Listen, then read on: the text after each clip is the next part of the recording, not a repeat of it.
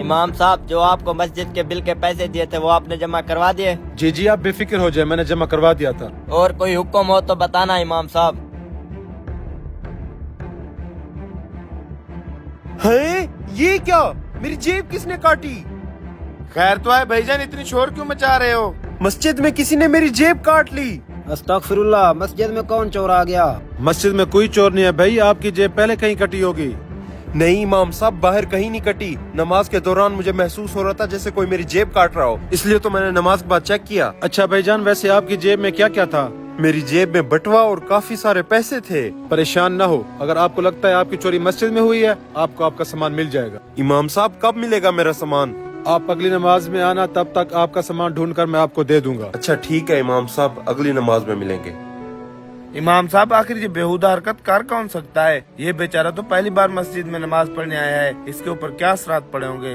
آپ لوگ پریشان نہ ہو، جو کچھ ہوتا ہے اچھے کے لیے ہوتا ہے۔ ٹھیک ہے امام صاحب، اب ہم چلتے ہیں۔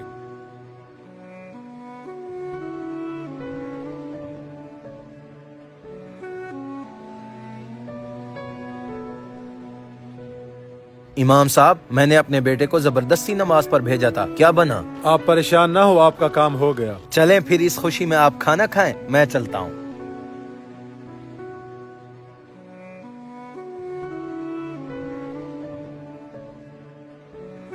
نماز کا ٹائم ہو گیا، اب پتہ چلے گا اس بیچارے کا سامان ملا کہ نہیں ملا۔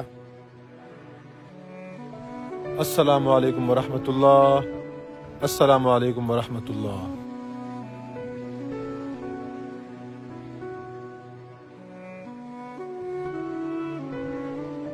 امام صاحب میرے سامان کا کیا بنا؟ نہیں ابھی تک نہیں ملا، کچھ لوگوں سے میں نے پوچھ لیا ہے، کچھ لوگ باقی ہیں۔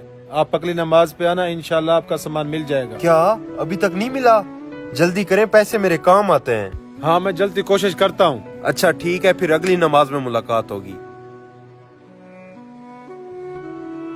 3 دن بعد۔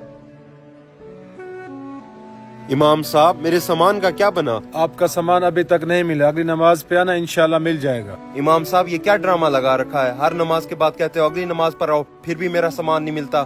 آپ سے اگر میرا کام نہیں ہوتا تو مجھے بتا دیں، میں ایسے نماز پر تو نہ آؤں۔ کیا ہوا بیٹا، کس سامان کی بات کر رہے ہو؟ ابا جان آپ کے کہنے پر میں زبردستی نماز پر آیا تھا، اسی دن ہی مسجد میں کسی نے میری جیب کاٹ لی۔ امام صاحب نے کہا تھا اگلی نماز پر آنا، آپ کا سامان مل جائے گا۔ تیسرا دن ہے میں ہر نماز پر آ رہا ہوں، میرا سامان مجھے ابھی تک نہیں ملا۔ اچھا، ویسے بیٹا آپ کی جیب میں پیسے کتنے تھے؟ تقریباً 2-3 ہزار ہوں گے۔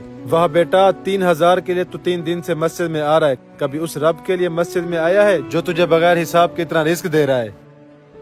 آپ کو سبق سکھانے کے لیے آپ کا سامان میں نے چرایا تھا۔ جو رب آپ کو دن میں 5 مرتبہ بلاتا ہے، کبھی آپ مسجد میں آئے ہو؟ 3000 کے لیے تیسرا دن ہے آپ مسجد میں آ رہے ہو۔ امام صاحب آپ نے میری آنکھیں کھول دی، انشاءاللہ اب میں 5 وقت پابندی سے نماز پڑھوں گا۔ ماشاءاللہ، وقاص بھائی آپ کو بہت مبارک ہو، آپ کا کام ہو گیا۔ اب آپ کا بیٹا نمازی بن جائے گا۔ بے شک تمام مسلمانوں پر نماز فرض ہے، اور آخرت میں سب سے پہلا سوال نماز کا ہوگا۔